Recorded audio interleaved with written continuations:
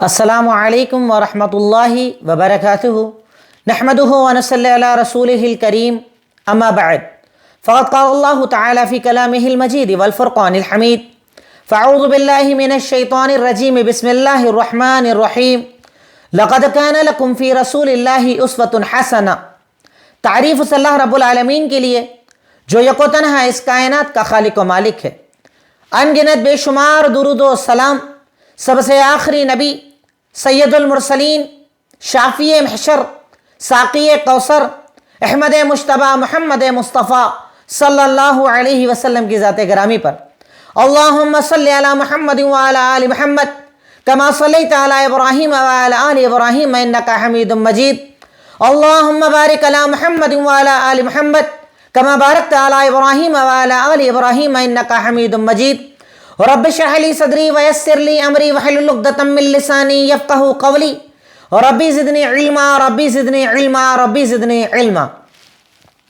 الحمدللہ پچھلے ہفتے ہم لوگوں نے جو درس شروع کیا تھا یا جو عنوان شروع کیا تھا وہ ہے حدیث ضروری ہے۔ اس کا پارٹ 1 آپ کے سامنے آیا، آج اس کا پارٹ 2 آپ کے سامنے انشاءاللہ آئے گا۔ اللہ رب العالمین مجھے کہنے کے ساتھ عمل کی اور آپ تمام کو سننے کے ساتھ عمل اور ان باتوں کو آگے بڑھانے کی توفیق عطا فرمائے، آمین تقبل یا رب العالمین۔ پچھلے درس کے اندر میں نے آپ کو بتایا کہ حدیث کی اہمیت کی وجوہات کیا ہیں۔ حدیث بڑی اہم ہے اور ان وجوہات کو جب ہم ذکر کر رہے ہیں کہ حدیث ضروری ہے، میں نے آپ کو کچھ پوائنٹس بنوائے تھے۔ میں نے پوائنٹ نمبر 1 آپ کے سامنے ذکر کیا تھا کہ نبی کی اتباع واجب ہے۔ میں نے اس میں 12 دلیلیں 12 پوائنٹس آپ کو بتائے۔ نمبر 2، حدیث قرآن کی تشریح کرتی ہے۔ تشریح کرنے کا مطلب کیا ہے؟ کئی دلیلوں سے میں نے آپ کے سامنے اس بات کو واضح کیا۔ آج ہمارا اس کا رہے گا پوائنٹ نمبر 3، محمد الرسول اللہ صلی اللہ علیہ وسلم اللہ کی طرف سے قانون دینے والے تھے، قانون شریعت دینے والے تھے۔ یہ تیسرا پوائنٹ ہے، حدیث ضروری ہے۔ پوائنٹ نمبر 3، محمد صلی اللہ علیہ وسلم اللہ رب العالمین کی طرف سے قانون اور شریعت دینے والے تھے، یعنی اللہ رب العالمین قرآن کریم کے اندر بھی احکامات نازل کرتا تھا، حلال حرام کرنا نہیں کرنا۔ ویسے ہی اللہ کے نبی صلی اللہ علیہ وسلم کو اللہ رب العالمین نے یہ حق عطا کیا تھا کہ آپ بھی حلال حرام کیا کرنا کیا نہیں کرنا لوگوں کو بتا سکتے ہیں۔ آپ کو قانون بنانے کا حق دیا تھا، آپ کو شریعت بنانے کا حق دیا تھا، آپ کو حلال حرام کا حق عطا کیا تھا اللہ رب العالمین نے۔ اور یہ مقام اس بات کا تقاضا کرتا ہے کہ نبی کی ہر حدیث کو اگر صحیح ہے مانا جائے، کیونکہ جیسے اللہ رب العالمین نے قوانین کو نازل کیا ویسے ہی اللہ کے نبی صلی اللہ علیہ وسلم نے بھی قانون اور شریعت ہم تک پہنچائی اور ہمیں بتائی۔ کئی چیزیں جو قرآن میں اللہ تعالیٰ نے اشارے کیے رب العالمین کی زبانی، ان اشاروں کو اللہ کے نبی صلی اللہ علیہ وسلم نے کلیئر کیا اور زیادہ واضح کیا۔ کئی وہ چیز جو اللہ تعالیٰ نے قرآن میں ذکر نہیں کی اللہ کے نبی نے اسے ذکر کیا۔ تو اللہ کے نبی صلی اللہ علیہ وسلم اللہ کی طرف سے قانون شریعت دینے والے ہیں۔ اب اس کی آپ دلیلیں لکھیے۔ نمبر 1، اللہ نے شریعت کا اختیار محمد صلی اللہ علیہ وسلم کے ہاتھوں میں دیا۔ اللہ تعالیٰ نے شریعت کا اختیار اللہ کے نبی صلی اللہ علیہ وسلم کے ہاتھوں میں دیا۔ اس کی پہلی دلیل اے بی بنا لیجئے، الف با بنا لیجئے، کیونکہ پوائنٹس بہت سارے ہو جائیں گے نہیں تو۔ ہمارا پوائنٹ نمبر 3 اس کا پوائنٹ نمبر 1 اور اس کے اندر الف با 2 بنا لیجئے، کیونکہ میں کم سے کم 2 دلیلیں آپ کو دوں گا اس پوائنٹس میں انشاءاللہ۔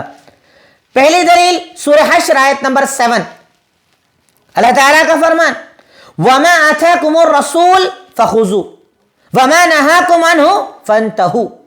یہ نبی جو چیز تمہیں دے دیں، جو چیز جو بھی، اللہ تعالیٰ نے قید نہیں لگائی کیا کرائیٹیریا کیا ہوگا، قرآن کے موافق ہوگا تبھی ماننا ہے، قرآن میں آئے تبھی ماننا ہے، کچھ نہیں۔ ڈائریکٹ اللہ تعالیٰ نے حکم دیا کہ یہ نبی تمہیں جو دیں، وَمَا آتَاكُمُ الرَّسُولُ جو دیں لے لو، اور جس سے روک دیں رک جاؤ۔ کلیئر حکم دے دیا اللہ رب العالمین نے کہ اللہ کے نبی کے ہاتھ میں اللہ تعالیٰ نے شریعت کو عطا کیا ہے، قانون دیا ہے، حلال حرام کا اختیار عطا کیا ہے. اب اگر کوئی حدیث کا منکر یہ کہتا ہے کہ میں حدیث نہیں مانتا تو گویا کہ وہ اس آیت کا بھی منکر ہے, اور میں پھر اینڈ میں آپ کو ثابت کروں گا کہ حدیث کا منکر اصل میں قرآن کا بھی منکر ہو جاتا ہے, قرآن کا بھی انکار کرنے والا ہو جاتا ہے, اور جو قرآن کا بھی انکار کر دے اسے اپنے ایمان کا جائزہ لینا چاہیے. پوائنٹ نمبر 1 جو چل رہا ہے, اللہ کے نبی صلی اللہ علیہ وسلم کو اللہ تعالیٰ نے شریعت کا اختیار دیا. اس کی دوسری دلیل لکھیے آپ, صحیح بخاری حدیث نمبر 4886. صحیح بخاری حدیث نمبر 4886. اللہ کے نبی اسلام کا فرمان, ایک روایت ہے, عبداللہ ابن مسعود رضی اللہ تعالیٰ عنہ نے ایک مرتبہ ایک درس کے اندر, تقریر کے اندر کہا, اللہ تعالیٰ کی لعنت ہے ان عورتوں پر جو آئیبرو بناتی ہیں اور بنواتی ہیں. میں پوری حدیث کو ذکر نہیں کر رہا ہوں, مین پوائنٹ کو ذکر کر رہا ہوں. عبداللہ ابن مسعود رضی اللہ تعالیٰ عنہ نے ایک مرتبہ اپنی تقریر, اپنے درس کے اندر کہا, اللہ تعالیٰ کی لعنت ہے ان عورتوں کے اوپر جو آئیبرو بناتی ہیں, اپنے بال اکھڑواتی ہیں, خود بھی عمل کرے تو بھی لعنتی, کوئی اور کرے تو کرنے والا بھی لعنتی. اب ایک عورت کو یہ خبر ملی کہ اللہ کے نبی اللہ حضرت عبداللہ ابن مسعود نے کہا کہ اللہ تعالیٰ نے ایسی عورتوں پر لعنت کی ہے. وہ آ گئی آرگیومنٹ کرنے, کیا آپ کہہ رہے ہیں کہ اللہ تعالیٰ نے ایسی عورتوں پر لعنت کی ہے؟ میں نے پورا قرآن پڑھ لیا, اس کے اندر مجھے کہیں یہ لعنت نہیں ملی. آپ کیسے کہہ رہے ہیں یہ بات؟ بھئی آپ کہہ رہے ہیں اللہ نے لعنت کی, میں نے پورا قرآن پڑھ لیا, اس میں کہیں مجھے یہ بات نہیں ملی کہ اللہ تعالیٰ نے لعنت کی ہے, تو آپ یہ بات کیسے کہہ رہے ہیں؟ بھئی قرآن میں تو نہیں لکھا ہے, قرآن کے اندر تو نہیں آیا ہے. عبداللہ ابن مسعود رضی اللہ تعالیٰ عنہ نے بڑا پیارا جواب دیا, جس سے پتا چلتا ہے کہ صحابہ کرام کا یہ عقیدہ تھا کہ اللہ کے نبی صلی اللہ علیہ وسلم کو بھی شریعت کا اختیار دیا گیا تھا. آپ صلی اللہ علیہ وسلم کو اللہ رب العالمین نے حلال اور حرام کا اختیار عطا کیا تھا. کیا کہا عبداللہ ابن مسعود نے؟ لو قراتی ہی لوجدتی, تو نے قرآن پڑھا نہیں, اگر تو قرآن پڑھتی تو تجھے پتا چلتا کہ قرآن میں یہ لکھا ہے. کہا کہاں لکھا ہے؟ تب انہوں نے اسی آیت کو دلیل بنایا, وما آتاکم الرسول فخذوہ وما نہاکم عنہ فانتہوا, کہ یہ نبی تمہیں جو دے دیں اسے لے لو, جس سے روک دے رک جاؤ. تو جب اللہ کے نبی نے کہہ دیا ہے, اللہ رب العالمین نے قرآن میں کہہ دیا ہے کہ نبی جو دے دیں وہ لے لو, جس سے روک دے رک جاؤ, تو اللہ کے نبی نے اگر کسی چیز کو لعنت والا عمل قرار دے دیا, مطلب وہ اللہ کی نظر میں بھی لعنت والا عمل ہے. کتنا کلیئر عقیدہ تھا صحابہ کا. بات سمجھ میں آئی, مثال سمجھ میں آئی. عبداللہ ابن مسعود نے درس کے اندر کہا, آئیبرو بنانے والی بنوانے والی پر اللہ کی لعنت. ایک عورت نے کہا کہ آپ کہہ رہے ہیں لعنت, اللہ نے قرآن میں کہیں نہیں بولا ایسا, کہیں ذکر نہیں ہے ایسی لعنت کا, میں نے پورا قرآن پڑھ لیا, آپ نے کیسے بول دیا؟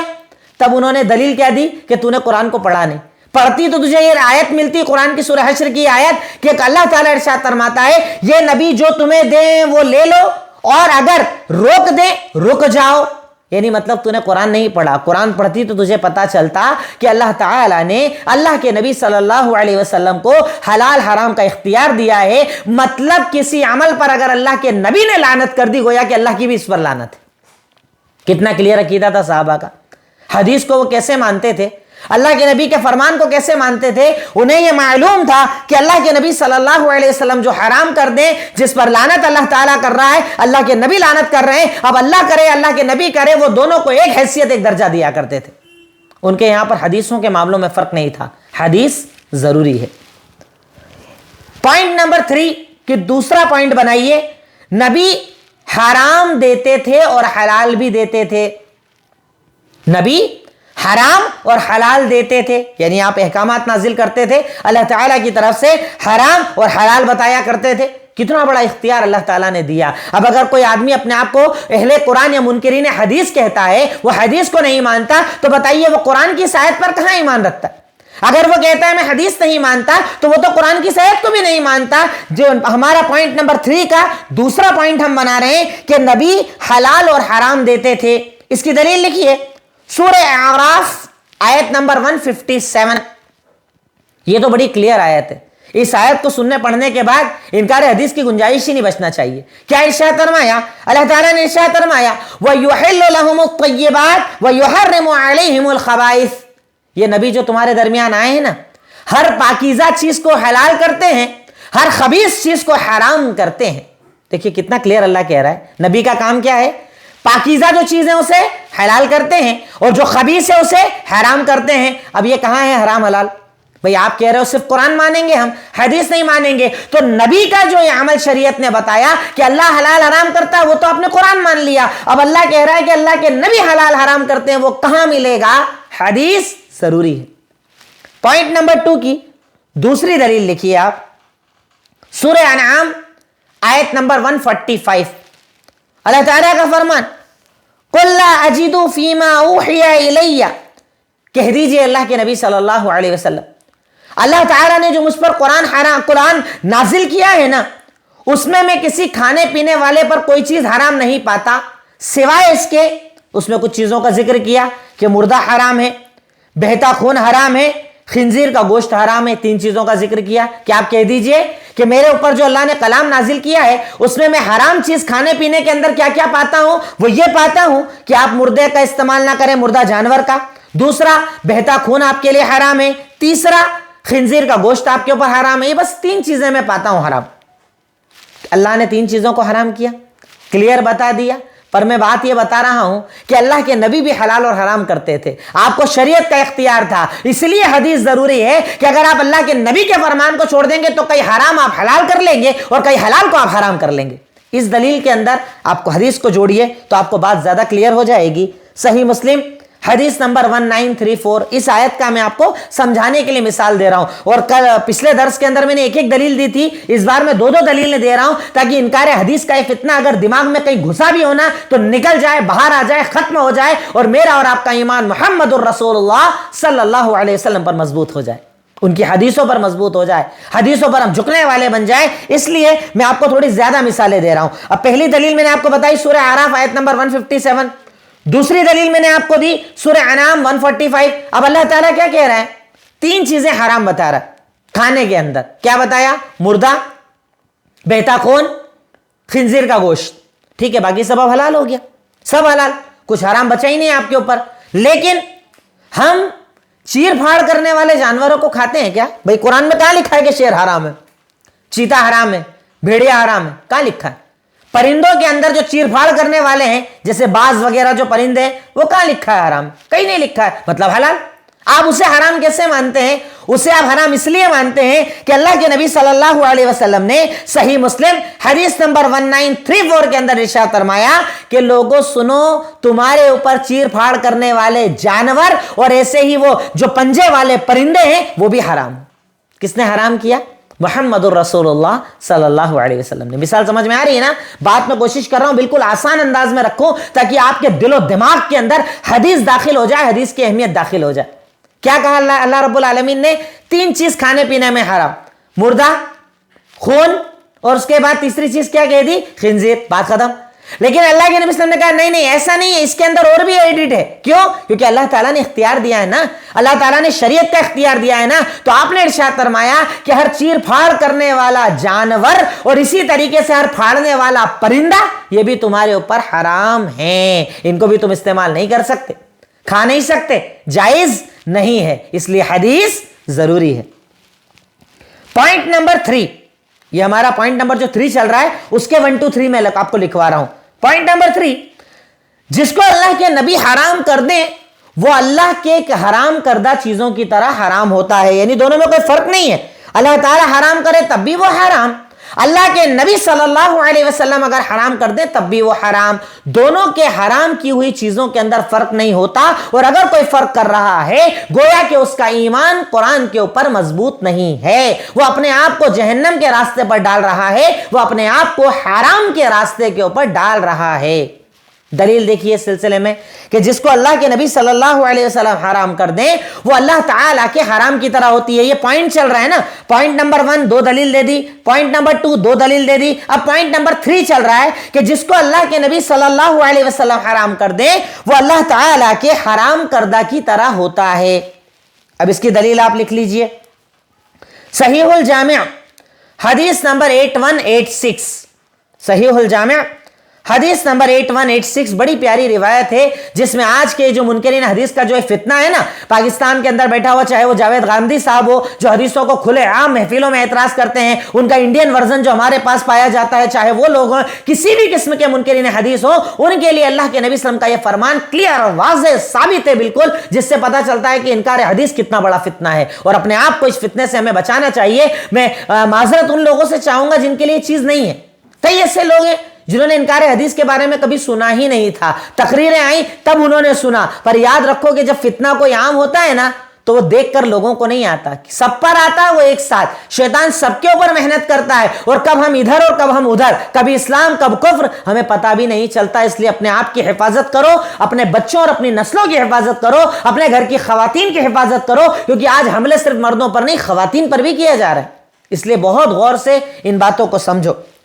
اگلا میں نے پوائنٹ بتایا، اللہ کے نبی صلی اللہ علیہ وسلم جو حرام کر دے وہ اللہ کے حرام کی طرح ہوتا ہے۔ اب اس کی دلیل آپ دیکھ لیجئے، صحیح الجامع حدیث نمبر 8186، بڑا پیارا فرمان۔ اللہ کے نبی صلی اللہ علیہ وسلم نے ارشاد فرمایا، یوشک ان یقعد الرجل متکئا علی اریکته یحدث بحدیث من حدیثه فیقول بیننا وبینکم کتاب اللہ فما وجدنا فيه من حلال استحللناه وما وجدنا فيه من حرام حرمناه الا وانما حرم رسول الله مثل ما حرم الله۔ کلیئر لفظ، کلیئر حدیث، کلیئر بات۔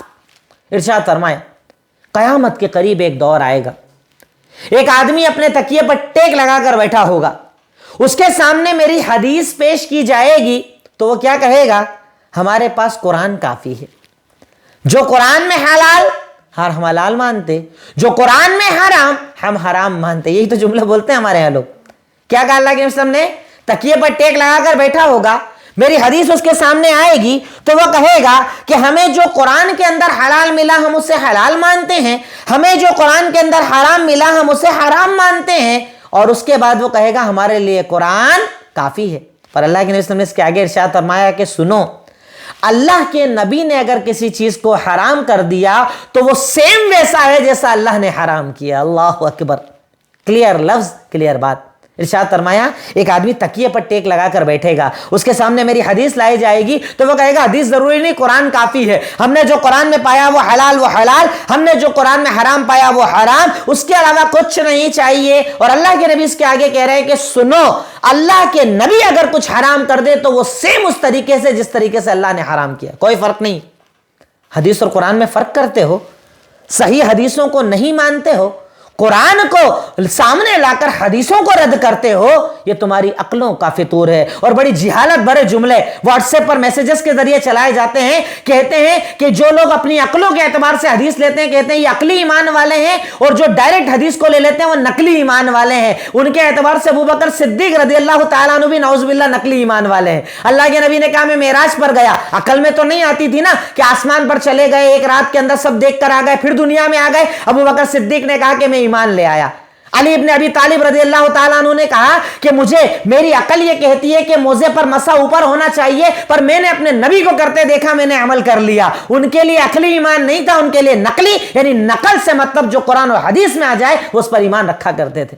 سوچو، اپنے جملوں پر غور کرو، ان باتوں پر غور کرو کہ ہم انکار حدیث کی طرف جا رہے ہیں یا حدیث پر ہم ایمان رکھتے ہیں۔ پوائنٹ نمبر 3 کی دوسری دلیل، سنن ابو داؤد حدیث نمبر 3848، اور اس روایت کے میں 3 حوالے آپ کو اور بتا دوں تاکہ ایک پوائنٹ پر 4 دلیلیں آپ کے پاس ہو جائے۔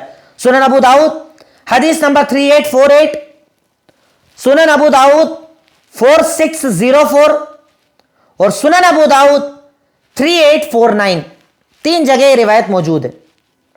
اسی طریقے سے اللہ کے نبی صلی اللہ علیہ وسلم نے ارشاد فرمایا الا وانی اوتیت الکتاب ومثلہ معہ۔ دیکھیے کتنے پیارے الفاظ میرے اور آپ کے نبی کے، آدمی بھٹکے گا ہی نہیں اگر اس پر غور کر لے۔ کیا ارشاد فرمایا کہ سنو، اللہ تعالیٰ نے مجھے قرآن بھی دیا ہے اور قرآن جیسی دوسری چیز بھی دی ہے، مثلہ معہ، اس کے ساتھ ایک اور اس جیسی چیز دی ہے۔ ابھی کیا اس جیسی چیز؟ حدیثوں کے منکر جو مانتے نہیں ہیں، اللہ کے نبی صلی اللہ علیہ وسلم کا یہ فرمان کیا کہہ رہے ہیں کہ اللہ نے مجھے قرآن بھی دیا ہے اور قرآن جیسی چیز بھی دی ہے۔ جو پچھلے درس میں نے آپ کو بتایا تھا نا، حکمت کا ورڈ استعمال کیا اللہ نے قرآن میں۔ حکمت کیا ہے؟ حدیث۔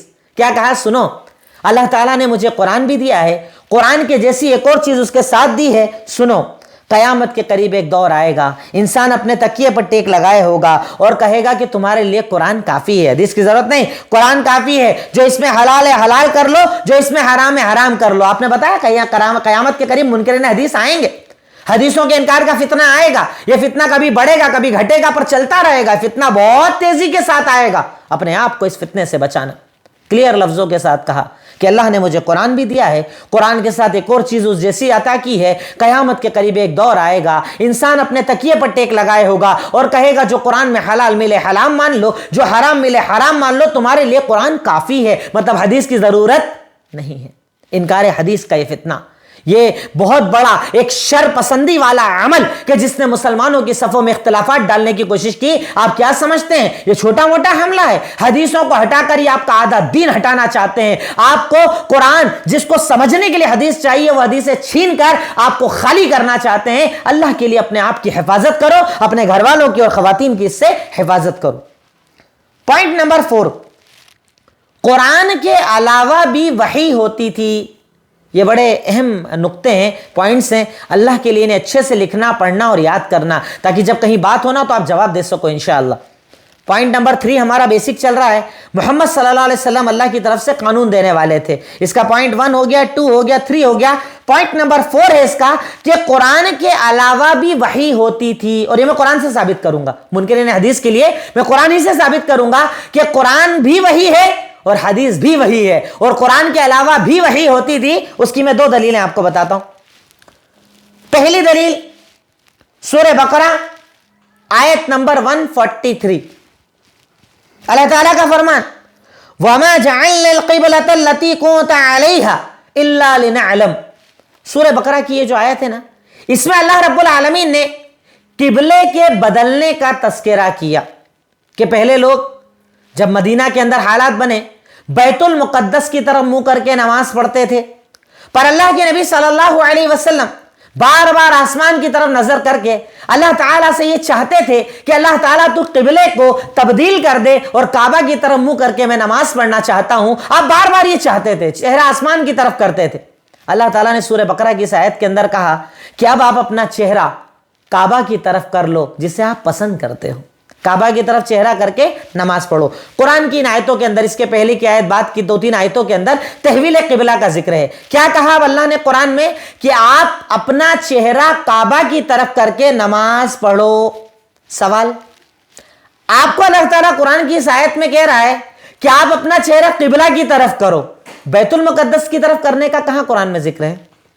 حدیث ضروری ہے، حدیث میں تو ذکر ہے، ہم حدیث والوں کو تو پتا ہے کہ اللہ کے رب العالمین نے کہا بیت المقدس کی طرف چہرہ کرو، پھر اللہ نے قرآن میں کہا کعبہ کی طرف کرو۔ ہم دونوں پہ الحمدللہ ایمان رکھتے ہیں، دلیل موجود ہے، لیکن اگر کوئی حدیث کو نہ مانے تو ثابت کرے کہ بیت المقدس کی طرح چہرے کرنے کا ثبوت کہاں ہے قرآن کے اندر، کہ اللہ تعالیٰ نے قرآن کے اندر کہا کہ بیت المقدس کی طرف چہرہ کر کے نماز پڑھو، کہاں ہے قرآن میں ذکر؟ تو پتہ چلا قرآن کے علاوہ بھی وحی ہوتی تھی، اللہ تعالیٰ حکم نازل کرتا تھا، پر جس کو اللہ نے کہا قرآن تو اس کو قرآن کی شکل میں پورا لکھوایا گیا، جمع کروایا گیا، اور جس کا ذکر نہیں کیا وہ حدیث ہے جس پر ہم ایمان رکھتے ہیں۔ ایک مثال سمجھ میں آ گئی؟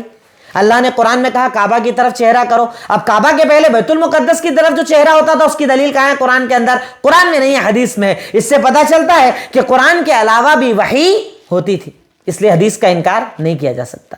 دوسری ایک اور مثال آپ دیکھیے، سورہ تحریم آیت نمبر 3۔ سورہ تحریم کے اندر ایک واقعہ کا ذکر ہے، اشارہ ہے، جبکہ اس کا تذکرہ بھی حدیثی کے اندر ہے کہ وہ واقعہ کیا تھا، کیا ہوا تھا، کیا نہیں ہوا تھا، ڈیٹیل آپ کو قرآن میں نہیں ملے گی، حدیث کے اندر ہی ملے گی۔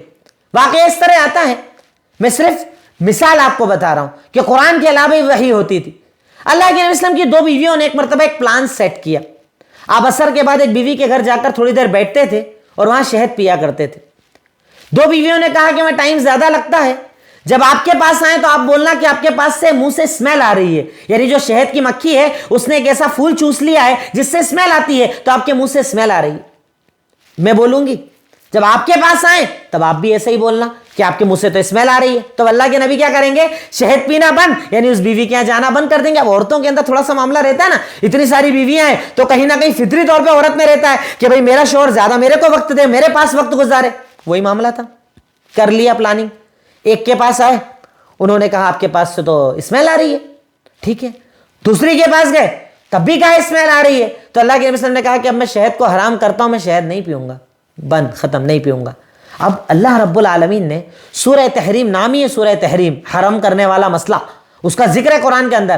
اللہ تعالیٰ نے اللہ کے نبی کو کہا کہ اللہ کے نبی صلی اللہ علیہ وسلم، اللہ تعالیٰ اگر کسی چیز کو حلال کر دے، آپ حرام کیوں کر رہے ہیں؟ اس کو اپنے اوپر کیوں حرام کر رہے ہیں؟ آپ، اللہ نے حلال کیا ہے نا شہد، تو آپ اپنے اوپر کیوں حرام کر رہے ہیں؟ اصل جو میرا پوائنٹ بتانے والا ہے یہ جو اس آیت کے اندر ذکر ہے کہ جب اللہ کے نبی نے یہ بات چیت کی تھی، کس سے کی تھی؟ بیویوں سے کی تھی، ٹھیک ہے، بیوی کو کہا تھا کہ ٹھیک ہے ایسا ہے ایسا ہے ایسا ہے، مسئلہ ختم۔ اب بیویوں نے جو پلاننگ کی تھی وہ اللہ کے نبی کو پتا تھی کیا؟ نہیں پتا تھی، پر اللہ کے رب العالمین نے وحی کر کے اپنے نبی کو بتایا کہ آپ کی بیویوں نے پلان سیٹ کیا ہے، اور آپ نے قرآن کی آیت نمبر 3 کے اندر ارشاد فرمایا کہ آپ نے اپنی بیویوں سے کہا کہ سنو، اللہ تعالیٰ نے مجھے خبر دے دی ہے تمہارے مسئلے کی، اللہ تعالیٰ نے مجھے خبر دے دی ہے تمہاری پلاننگ کی۔ تو عورتوں نے کہا آپ کو کس نے خبر دی؟ بھئی ہم دونوں نے تو بتایا نہیں، آپ کو کس نے خبر دی؟ کہا نبانی العلیم الخبیر، مجھے علم والے، خبر رکھنے والے اللہ نے بتایا۔ صاف صاف دلیل ہے کہ قرآن کے علاوہ بھی وحی ہوتی تھی۔ اتنا لمبا واقعہ اگر آپ نہ بھی لکھ پائیں، صرف اس آیت کا اگر شان نزول آپ پڑھ لیں گے نا قرآن کی تفسیر میں، آپ کو بات سمجھ میں آ جائے گی کہ دو بیویوں نے کسی بات پر پلاننگ کی، اللہ کے نبی کو پلاننگ پتا نہیں تھی، جب اللہ تعالیٰ نے بتائی تو آپ نے کیا ارشاد فرمایا؟ بیویوں نے کہا آپ کو کس سے پتا چلا؟ تو آپ نے کہا مجھے علم والے، خبر رکھنے والے نے بتایا۔ تو یہ بتایا کہاں ہے؟ قرآن میں ثابت کرو، کہاں ہے وحی؟ کہاں لکھا ہے قرآن کے اندر کہ اللہ تعالیٰ نے کیا بتایا تھا، کیا وحی کی تھی، مسئلہ کیا بتایا تھا؟ اس کا ذکر حدیث کے اندر ہے، اس لیے حدیث ضروری ہے۔ ایسی چاہیں تو ہم لوگ بہت ساری مثالیں دیکھ سکتے ہیں کہ قرآن کے علاوہ بھی اللہ رب العالمین اللہ کے نبی پر وحی نازل کیا کرتا تھا، اور انہی وحی کو کیا کہا جاتا ہے؟ حدیث کہا جاتا ہے۔ کئی بار حدیث قدسی ہم لوگ پڑھتے ہیں نا، اللہ تعالیٰ نے فرمایا ایسا کرو، اللہ تعالیٰ نے کہا کہ میں بھوکا تھا، تم نے مجھے کھانا نہیں کھلایا۔ یہ سب کیا ہے؟ یہ وحی کی شکلیں ہیں کہ اللہ تعالیٰ، کئی ڈھیروں مثالیں آپ لکھ سکتے ہیں اس کے اندر، ڈھیروں حدیثیں، حدیث قدسی جتنی ہے نا وہ سب وحی کی دلیل ہے کہ قرآن کے علاوہ وحی ہوتی تھی۔ لیکن میں قرآن سے ثابت کر رہا ہوں، ورنہ کا منکر حدیث بولے گا کہ میں تو قرآن پر ایمان رکھتا ہوں، حدیث پر تو ایمان ہی نہیں رکھتا ہوں، تمہاری مثال بیکار۔ اس لیے ہم نے دونوں مثالیں کہاں سے لی؟ قرآن سے مثال لی کہ پتہ چلے کہ قرآن کے علاوہ بھی اللہ رب العالمین وحی نازل کرتا تھا۔ اب اس کے بعد پوائنٹ نمبر 4، جو بیسک ہمارے بڑے پوائنٹ چل رہے ہیں، یہ چار پوائنٹ میں نے آپ کو بتا دیے۔ پوائنٹ نمبر 3 کے اندر 4 پوائنٹ ہمارے ہو گئے۔ اب پوائنٹ نمبر 4 جو بیسک بڑے ٹاپک چل رہے ہیں اس کے اندر پوائنٹ نمبر 4، اللہ کے نبی صلی اللہ علیہ وسلم ہمارے لیے آئیڈیل ہیں۔ کیا کہا اللہ تعالیٰ نے؟ آپ ہمارے لیے آئیڈیل ہیں۔ اب اس کے اندر پھر پوائنٹ بنانا ہے ہم کو 1 2 3۔ اللہ کے نبی صلی اللہ علیہ وسلم ہمارے لیے آئیڈیل ہیں، ٹھیک ہے۔ پوائنٹ نمبر 1، سب سے بہترین مثال آپ صلی اللہ علیہ وسلم تھے، سب سے بہترین مثال، آئیڈیل، نمونہ ایسا کہ جن کو دیکھ کر آپ اپنی زندگی کو بہتر بنائیں۔ وہ کون سی ذات تھی؟ محمد الرسول اللہ صلی اللہ علیہ وسلم کی ذات عالیہ۔ اللہ تعالیٰ نے ارشاد فرمایا سورہ احزاب آیت نمبر 21، پوائنٹ نمبر 4 کا نمبر 1 اور اس کی دلیل، سورہ احزاب آیت نمبر 21، اللہ تعالیٰ کا فرمان، اللہ تعالیٰ نے ارشاد فرمایا لَقَدْ كَانَ لَكُمْ فِي رَسُولِ اللَّهِ أُسْوَةٌ حَسَنَةٌ، تمہارے لیے محمد الرسول اللہ صلی اللہ علیہ وسلم کی زندگی بہترین اسوہ اور نمونہ ہے، وہ آئیڈیل ہے۔ دلیل حدیث ضروری ہے۔ اللہ رب العالمین قرآن میں کہہ رہا ہے کہ آپ کے لیے اگر کوئی آئیڈیل اور نمونہ ہے تو وہ کون؟ محمد الرسول اللہ صلی اللہ علیہ وسلم۔ وہ آئیڈیل کہاں ملیں گے آپ کو؟ بھئی آپ نے حدیثوں کا انکار کر دیا، اب آپ کو پتہ کیسے چلے گا؟ گھر میں کیسے رہتے تھے، باہر کیسے رہتے تھے، بیوی کے ساتھ کیسے رہتے تھے، پڑوسی کے ساتھ کیسے رہتے تھے، جنگ میں کیسے رہتے تھے، کاروبار کیسے کرتے تھے؟ ارے یہ سب تو حدیثیں ہیں نا۔ اب حدیثوں کا اگر انکار کر دیا تو آئیڈیل کو آئیڈیل کیسے مانو گے؟ یہ ثابت کر، کیسے مانو گے آئیڈیل، کیسے مانو گے نمونہ؟ الحمدللہ ہم تو ایمان رکھتے ہیں نا، تو ہم کہتے ہیں داڑھی سنت ہے، کیوں؟ آئیڈیل رکھتے تھے۔ کپڑا ٹخنے کے اوپر پہنو، کیوں؟ آئیڈیل ایسا کرتے تھے۔ بیوی کے ساتھ حسن سلوک کرو، آئیڈیل ایسا کرتے تھے۔ پڑوسی کو حق دو، آئیڈیل ایسا کرتے تھے۔ جنگ میں سختی مت برتو، آئیڈیل ایسا کرتے تھے۔ غلاموں کے ساتھ اچھا سلوک کرو، آئیڈیل ایسا کرتے تھے۔ اب حدیث پر ایمان رکھنے والے کے لیے تو بے شمار دلیلیں، پر جو حدیث نہ مانے وہ آئیڈیل کو کہاں ڈھونڈنے جائے گا؟ آئیڈیل کے بارے میں کہاں ہے قرآن کے اندر زیادہ تذکرہ؟ کہاں بتائی گئی آپ کی پوری زندگی؟ کہاں ملے گی؟ حدیث ضروری ہے. پوائنٹ نمبر 2، سب سے اچھا اخلاق محمد الرسول اللہ صلی اللہ علیہ وسلم کا تھا. ان سے اچھا اخلاق دنیا میں کسی کا نہ گزرا اور نہ قیامت تک کوئی ہوگا. دلیل سب میں قرآن کی دلیلیں دے رہا ہوں. سورہ قلم آیت نمبر 4، اللہ تعالیٰ کا فرمان اِنَّكَ لَعَلَىٰ خُلُقٍ عَظِيمٍ، آپ اخلاق کے سب سے اعلیٰ درجے کے اوپر ہیں. دیکھیے آپ کے حساب سے اگر کوئی انکار حدیث کرتا ہے نا تو اس کے حساب سے اللہ ایک طرف تو یہ کہہ رہا ہے کہ آپ اخلاق کے سب سے اعلیٰ مقام پر ہیں، پر اخلاق بتا ہی نہیں رہا ہے کہ کرتے کیا تھے ساری زندگی. سچ کیسے بولے، جھوٹ سے کیسے بچے، امانت داری کیسے ادا کی، کیا کیا کیا نہیں کیا، اخلاق کیسے پتا چلے گا؟ حدیث ضروری ہے. پوائنٹ نمبر 4 کی دوسرے پوائنٹ کی ہم بات کر رہے ہیں کہ اللہ کے نبی کا اخلاق سب سے اعلیٰ تھا. اخلاق کہاں سیکھو گے؟ حدیثوں کے اندر. پر حدیثوں کا یا تو ڈائریکٹ انکار کر دو گے یا اپنی عقلوں پر چلو گے تو تمہاری عقلوں کی اتنی حیثیت، اتنی اوقات اور اتنی طاقت نہیں کہ وہ اللہ کے نبی صلی اللہ علیہ وسلم کے فرمان کو سمجھ سکے. یہ عقلیں قاصر ہیں، یہ عقلیں سمجھ نہیں سکتی کہ وہ زندگی اتنی اعلیٰ کیسے ہوئی، انہوں نے اپنے آپ کو اتنا اعلیٰ اور اتنا بہتر کیسے بنایا. یہ عقلوں کی طاقت نہیں ہے کیونکہ وہ عقلوں کے اوپر کی زندگی. اس لیے عقلوں کو معیار مت بناؤ. عقلی ایمان کی جو باتیں کرتے ہو نا کہ عقل میں آئے گا تو قبول کریں گے، نہیں آئے گا چھوڑ دیں گے، میں ڈھیروں دلیل آپ کو آگے چل کے دوں گا کہ عقلوں کے مطابق اگر چلو گے تو قرآن کا بھی انکار کرنا پڑے گا. آگے چل کے میں ثابت کروں گا ان باتوں کو بھی انشاءاللہ. نمبر 3، آپ کی اتباع کو شریعت نے لازم قرار دیا ہے. پوائنٹ نمبر 4 کے اندر یہ پوائنٹ ریپیٹ ہو رہا ہے، گرچہ ہم نے پہلا پوائنٹ یہی کیا اس لیے میں زیادہ ڈیٹیل میں نہیں جاؤں گا. میں صرف یہ بتانا چاہتا ہوں کہ اللہ کے نبی صلی اللہ علیہ وسلم آئیڈیل ہے. اب آئیڈیل کی تو پوری زندگی آپ کو پڑھنا پڑے گی نا، سب کچھ سیکھنا پڑے گا نا، ہر چیز سیکھنا پڑے گی نا. اب حدیث نہیں مانو گے تو کہاں سے سیکھو گے؟ میں نے بتایا آئیڈیل وہ، میں نے بتایا اخلاق ان کا اعلیٰ. تیسرے نمبر میں بتا رہا ہوں کہ ان کی اتباع بھی لازم ہے.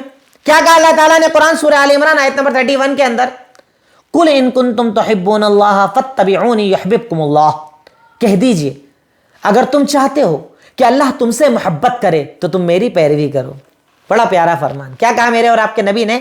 اللہ تعالیٰ قرآن کے اندر ارشاد فرماتا ہے سورہ آل عمران آیت نمبر 31 کے اندر کہ کہہ دیجئے اگر تم چاہتے ہو کہ اللہ تم سے محبت کرے تو میری پیروی کرو. اب جب حدیث ہی نہیں مانو گے تو پیروی کس چیز کی کرو گے؟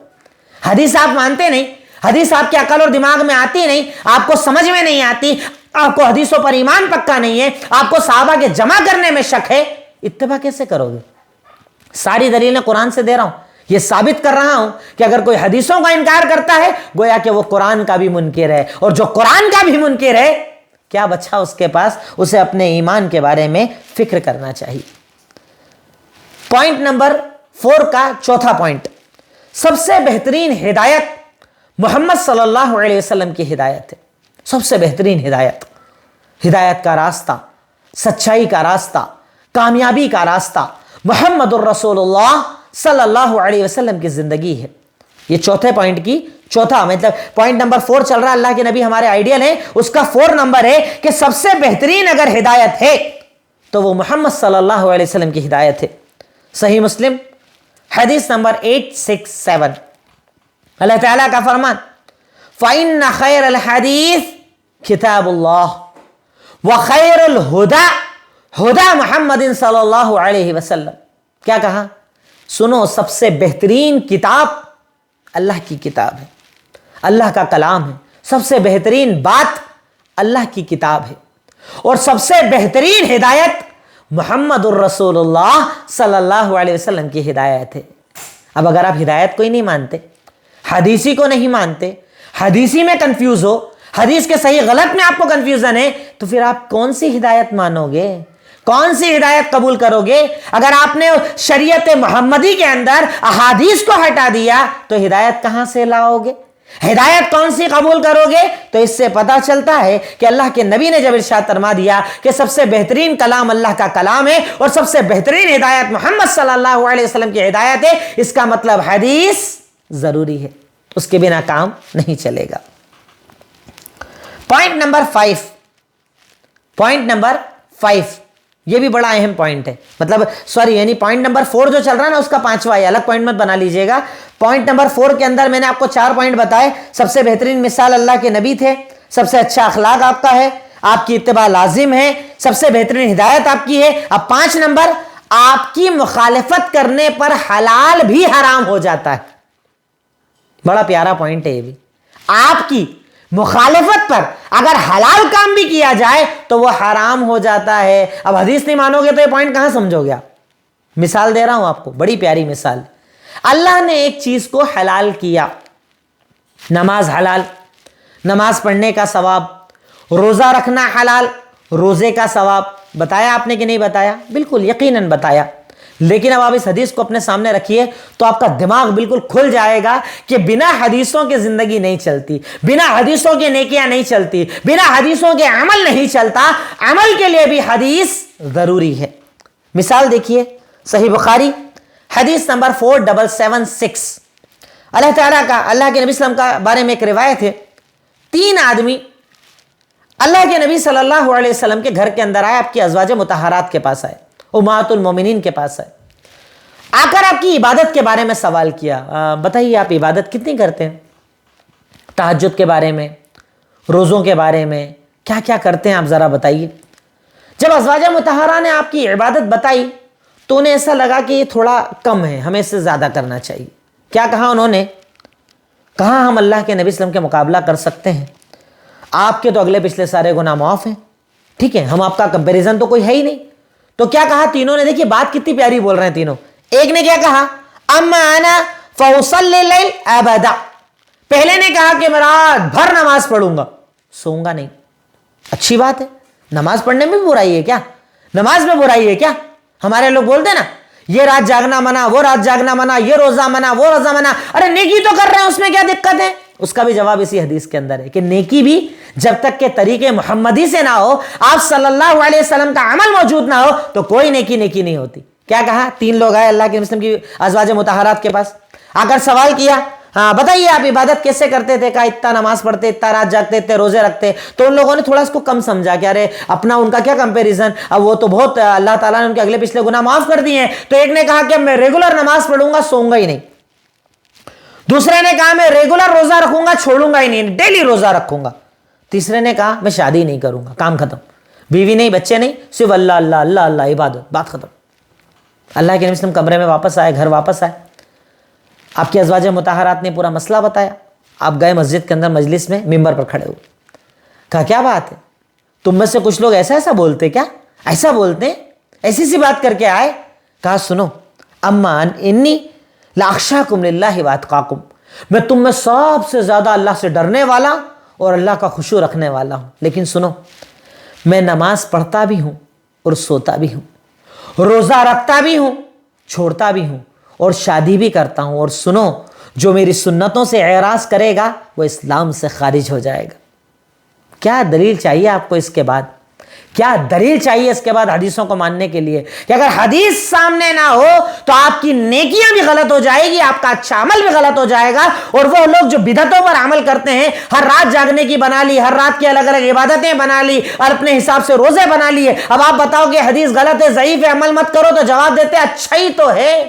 اچھے عمل میں بھی تم کو سمجھ میں نہیں آتا تو اچھا عمل اچھا تب ہوتا ہے جب وہ محمد صلی اللہ علیہ وسلم کی طرف سے کیا جائے۔ یہ حدیث دلیل ہے کہ اللہ کے نبی کے 3 ساتھیوں نے کہا میں روز نماز پڑھوں گا، سوؤں گا نہیں، میں روز روزہ رکھوں گا، چھوڑوں گا نہیں۔ تیسرے نے کہا شادی نہیں کروں گا۔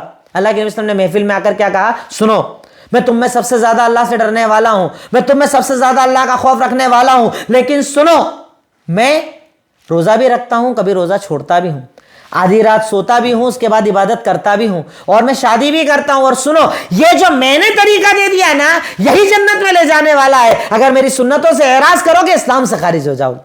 اب اگر کوئی اچھا سمجھ کے بھی رات بھر ریگولر تہجد پڑھے تو برا عمل کر رہا ہے، اگر کوئی روزانہ روزے رکھے، روزانہ چھوڑے نہیں، تو برا عمل کر رہا ہے، اور اگر کوئی شادی نہ کرے مطلب وہ برا عمل کر رہا ہے، اسلام سے خارج ہونے والا عمل کر رہا ہے، اپنے آپ کو خارج کر لے گا۔ اگر اس کے اندر شدت پائی جائے، جان بوجھ کر یہ عمل کرے تو اس کے اسلام کا مسئلہ آ جائے گا۔ اس لیے حدیث ضروری ہے۔ اب پوائنٹ نمبر 5 انشاءاللہ اسی پر آج میری بات مکمل ہوگی، 10-15 منٹ کی بات اور انشاءاللہ۔ پوائنٹ نمبر 5، احادیث میں ہمارے جھگڑوں کا حل موجود ہے۔ جھگڑ تو رہو گے نہیں تو صرف قرآن کی جو بات کرتے ہیں نا، حدیثوں میں اختلافات کا حل ہے، جھگڑوں کا حل ہے۔ جیسے قرآن میں ہے نا ویسے حدیثوں میں بھی ہے. کیا کہا؟ اللہ کے نبی صلی اللہ علیہ وسلم کی جو احادیث ہے، پوائنٹ نمبر 5، احادیث میں ہمارے جھگڑوں کا حل ہے. نمبر 1 سورہ نحل آیت نمبر 64. نمبر 1 اللہ کے نبی صلی اللہ علیہ وسلم ان چیزوں کی وضاحت کرنے کے لیے بھیجے گئے تھے جس میں لوگوں کا اختلاف ہو سکتا تھا. اللہ کے نبی صلی اللہ علیہ وسلم ان مسئلوں کو بیان کرنے کے لیے دنیا میں آئے تھے جن میں لوگوں کا اختلاف ہو سکتا تھا.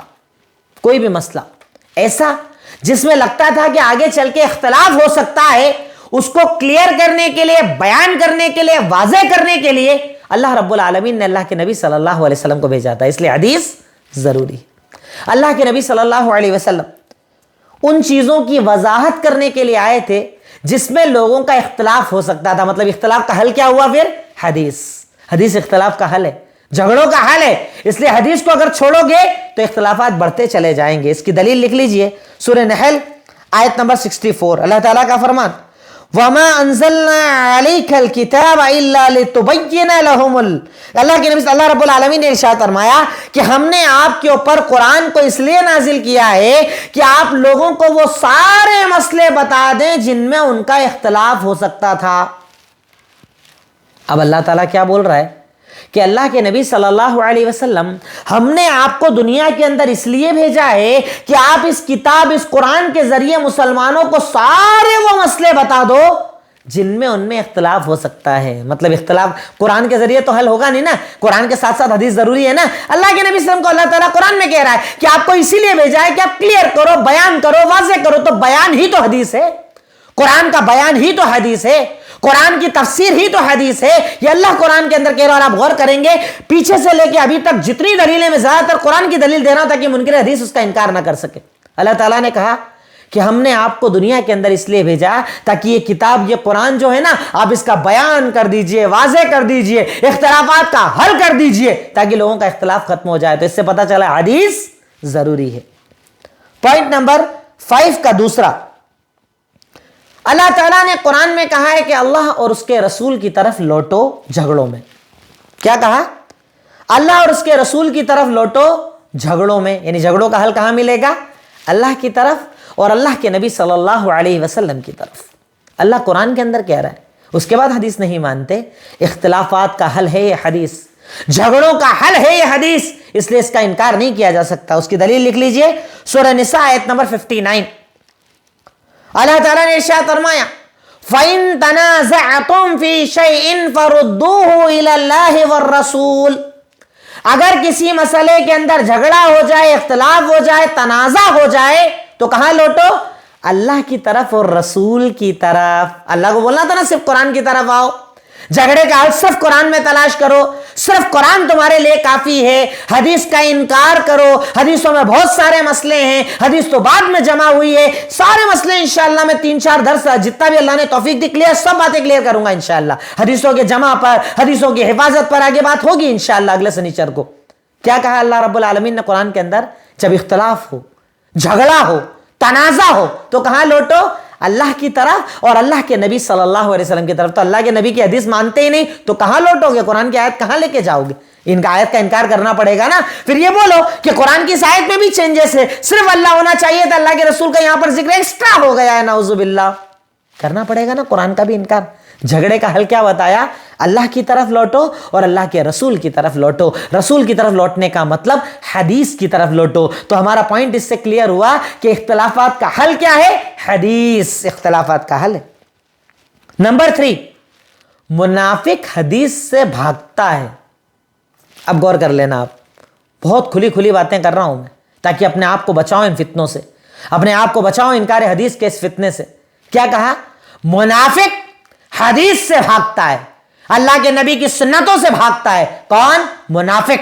مسلمان نہیں کہا، مومن نہیں کہا، منافق کہا. یہ میں نہیں کہہ رہا ہوں، ورنہ کہیں گے مولوی صاحب فتویٰ لگا دیتے، شیخ فتویٰ لگا دیتے، اپنے اعتبار سے کہہ دیتے. میں آپ کے سامنے دلیلیں پیش کر رہا ہوں، ہر پوائنٹ کی دلیل پیش کر رہا ہوں تاکہ آپ کو کبھی بھی کنفیوژن ہو. خود قرآن نکالو، خود حدیث، خود آیت دیکھو، تشریح دیکھو، خود بات سمجھ میں آ جائے گی انشاءاللہ کہ اللہ کے نبی کی حدیثوں سے کون بھاگتا ہے. ارشاد فرمایا، اس کی میں 2 دلیلیں آپ کو دیتا ہوں.